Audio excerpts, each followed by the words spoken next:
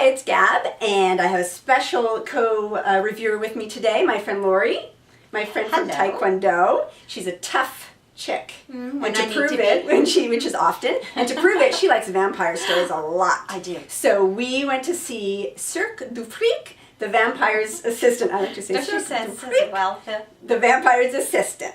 And why don't you tell folks briefly what this is about? It is about teenage people again, Teenage people. and vampires. Let's keep this theme going for how many years can we do this? Yes.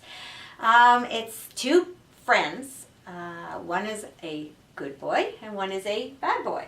And they meet up some strange way with a vampire. And it is called the Freaks? Cirque du Freak. Cirque du Freaks. Yes. It's like a side-traveling sideshow. Kind of same thing, you know. Again, another word in this movie that relates to many other movies. Right. They meet up with this vampire and go to a freak show, an old-time freak show, like the old carny and things you're never supposed to see, all the like reptile weird people and the fat lady and all these things. Bearded lady. Different. Different kinds of people. Different. Right. They really don't know what they're getting into. You can say that, right? Yeah, they just go for a lark. You know, they're being curious and adventurous as boys teen boys will be, and then they get involved in something that wouldn't be expected. Not expected at all. And one of the things that really took me by surprise is the good boy got in trouble with the vampire first. Right. It wasn't the bad friend trying to lead him there. Right. So that was that was a nice something. little twist on the usual thing that we see. Yeah. So the good boy, don't remember his name, doesn't matter.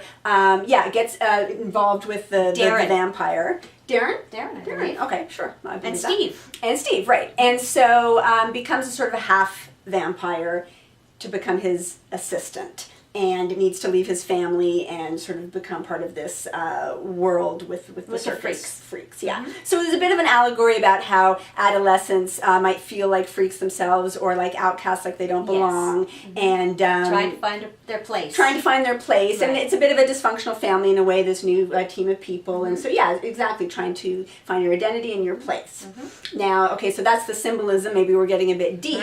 What did you think of the actual story? And as we said, Lori really knows all the vampire stories, the Lestat, the Anne Twilight. Loved Anne Rice. Love her things. I didn't like this movie. I don't think many adults are going to like this movie. I think this is very, very young people movie, and I'm talking tweens. I'm not even talking teens. We're talking maybe 8 to 12-year-olds. I think this is meant to be a younger version because they can't see Twilight. Yeah. So they're so interested in Twilight. It's like a sub Twilight. It's sub Twilight. It's like your little potty training Twilight. And they're going to learn about it because their older siblings or friends may be speaking about it. Even just in general in pop culture, the whole vampire thing is really hot right now. It's everywhere. It's very hot. So this is like a youth taste. That's right. Yeah. Just a taste because they can't see the real thing yet. Yeah. But I think that teenagers won't find it sophisticated enough. It's not very gory particularly. It's not even particularly sexy. I don't think I saw blood.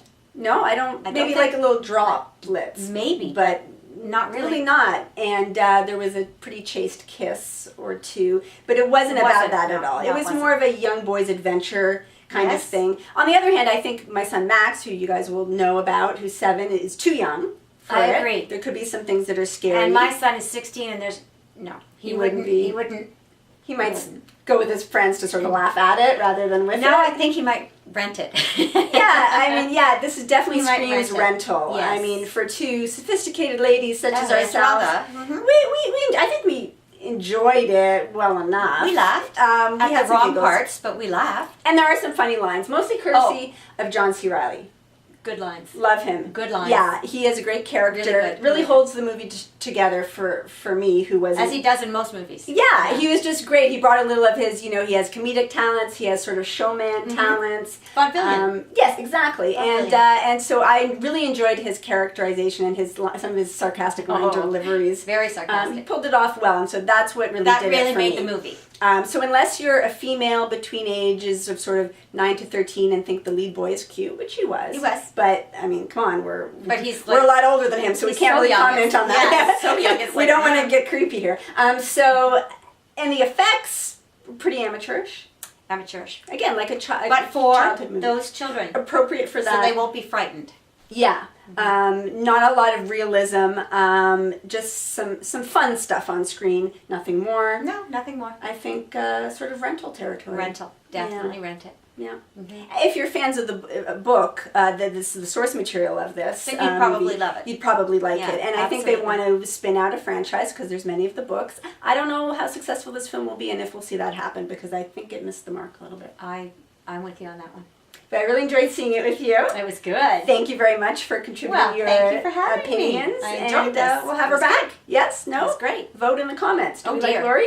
Oh, I like nice. Lori. Thank you so much for doing this with me. Thank you for having me. Taekwondo. Taekwondo.